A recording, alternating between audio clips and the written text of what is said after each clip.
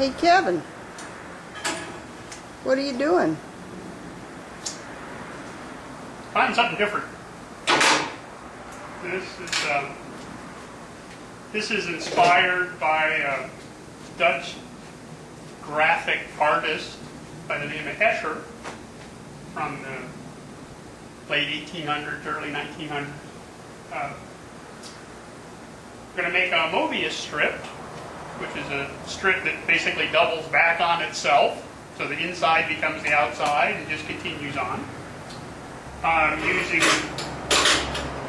some of this 1/4-inch solid stock that I've cut up into strips to make my crossbars, and then I've got smaller pieces to make the runners to go in between. So weld them all together. They come out flat in a section like this. And then I laid out each section on this big piece of plate. So it's nice and smooth and flat and straight. Weld them all together in a big strip, like a big ladder.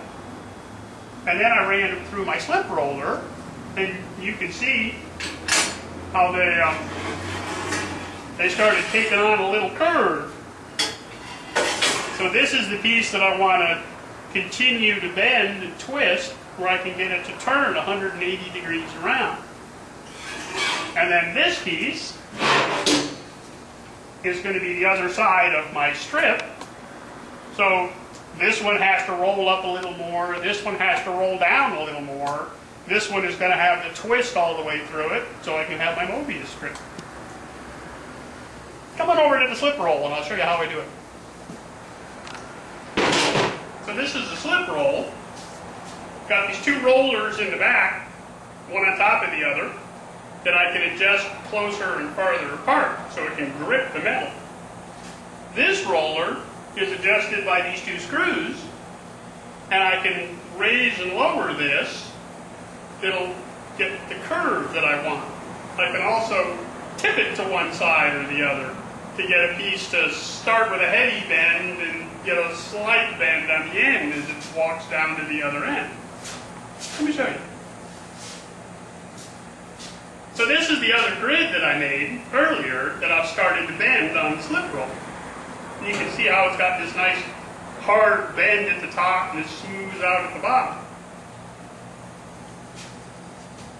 So if we just turn that up just a little more, raise this up so the gap is smaller, basically. Get my arm out of the way.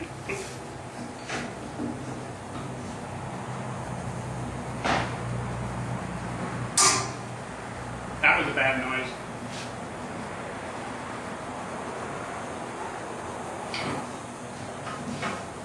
I don't know if you heard that little snap. That was one of the welds breaking. These are, because it's just a little 1/4-inch stock, I probably only got about 1/8 of an inch worth of a tack weld on there. So they're not as strong as they're going to be once I'm done and I go back and re-weld everything. We can do that side. Bite your tongue accordingly. Stick it out at your cheek just the right way.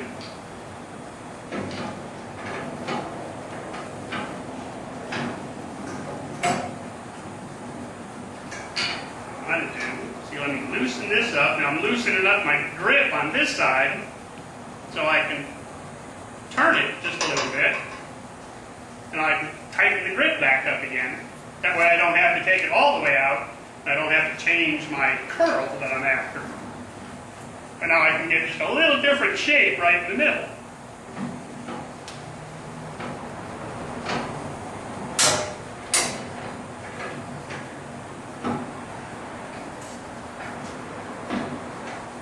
So now you can see the bend is starting more.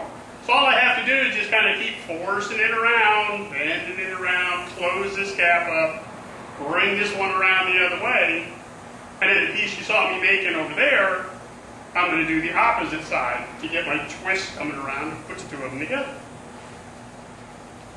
Takes a little bit of nerve when you hear them start to snap. Oh well, back to the welder. You'll see it when it's done. Bye.